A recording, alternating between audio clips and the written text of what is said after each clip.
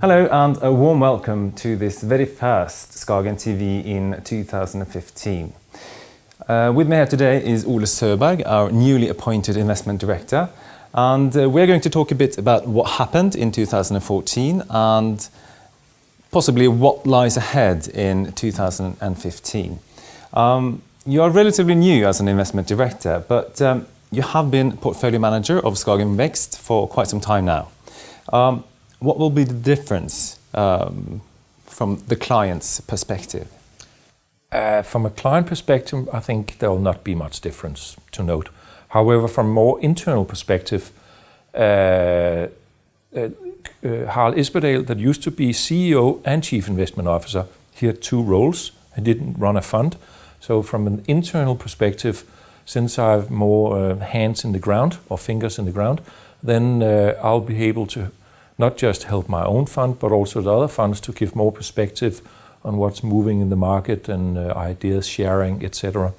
So from that point of view, that over time should generate better returns. Simply from the perspective that the asset that gains most in value when shared is knowledge. Absolutely. How would you characterize 2014 overall? Well, the year started out as expectations for better growth, higher interest rates, and as the year turned out, growth slowed down in Europe. Long-term bond rates fell to levels no one imagined, and stock prices actually went up quite nicely last year. From a Norwegian investor perspective, the performance was especially good from the international part of the portfolio. However, the Norwegian stocks in themselves didn't do that well since the impact from the lower oil prices in the second half of the year impacted the Oslo performance. But quite frankly, 2014 will not be remembered as a fantastic Skagen year. Why?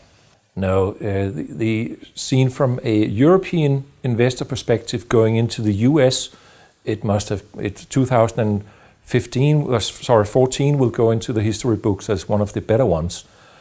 Simply due to the fact that the US dollar rose in value. We have very limited exposure to US dollar, so that impacted our relative performance.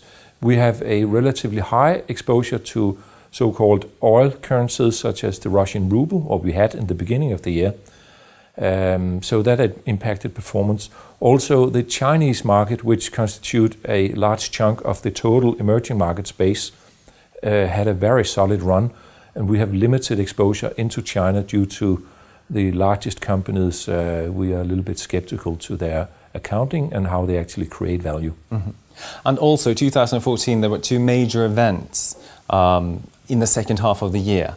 I'm thinking about South Korea and Russia.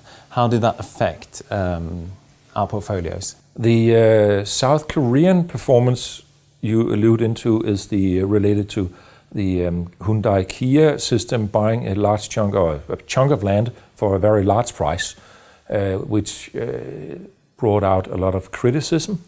However, looking at it now, the year's over, the Korean exposures actually added a little bit of relative value, so they recouped what they lost in the September-October period. The Russian situation is much more difficult and has been difficult. Systema, which is part of Skagen Contiki and Skagen Global. The Putin government confiscated their energy asset, and the stock price fell, I think it was 70 or 80% within a few days, and that is lost money that will never come back. We have subsequent, and also before that, reduced exposure to Russia, but nevertheless we have exposure into Russia which is in line with benchmark or a little bit above. Okay. So that's water under the bridge, and hopefully it will improve in 2015. I certainly hope so. Yeah. The Skagen equity funds have underperformed their benchmarks. Why is that? For the last couple of years? Well, for 2014, sorry. Yeah, but it builds into what happens over several years of not so significant as last year. But there's since the financial crisis, the appetite for growth stocks, if you have moderate economic growth, the value of assets that have a higher growth than the overall economy gets more valuable. And that's been built in. Since we have more of a value tilt, those companies have a tendency to grow revenue lines a little bit slower and then build value over better profitability in times of better economic growth.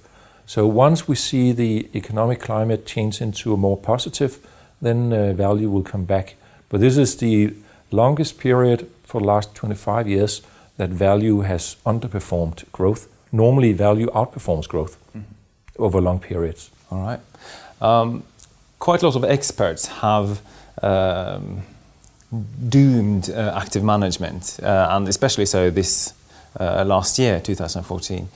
What's your view on active management versus passive? I think and firmly believe that active management, real active management, i.e.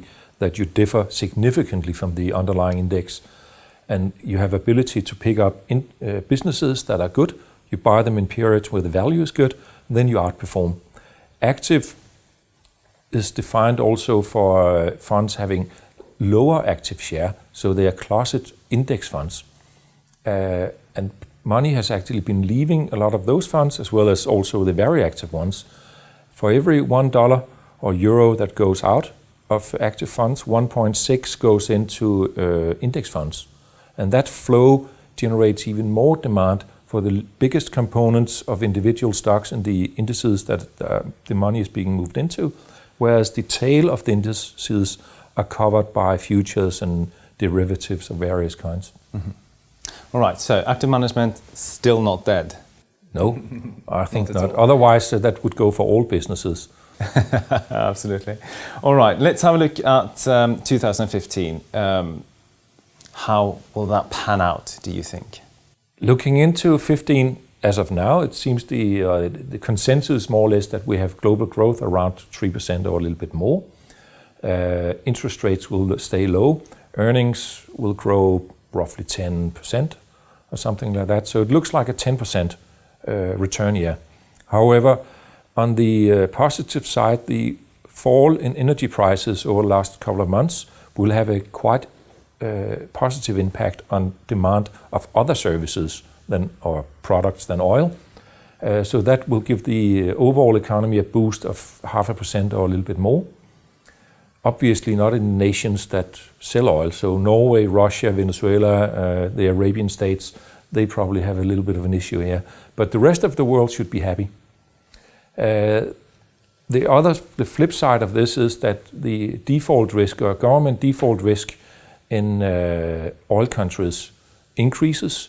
It can also create turmoil, political turmoil in these countries. So I think 2015 will overall be pretty good, but we're going to see periods where there's perception and media coverage that will impact investor appetite for stocks and bonds.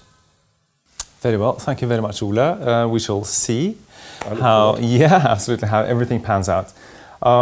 Do follow us on our website and all the information that we provide. Thank you very much for watching.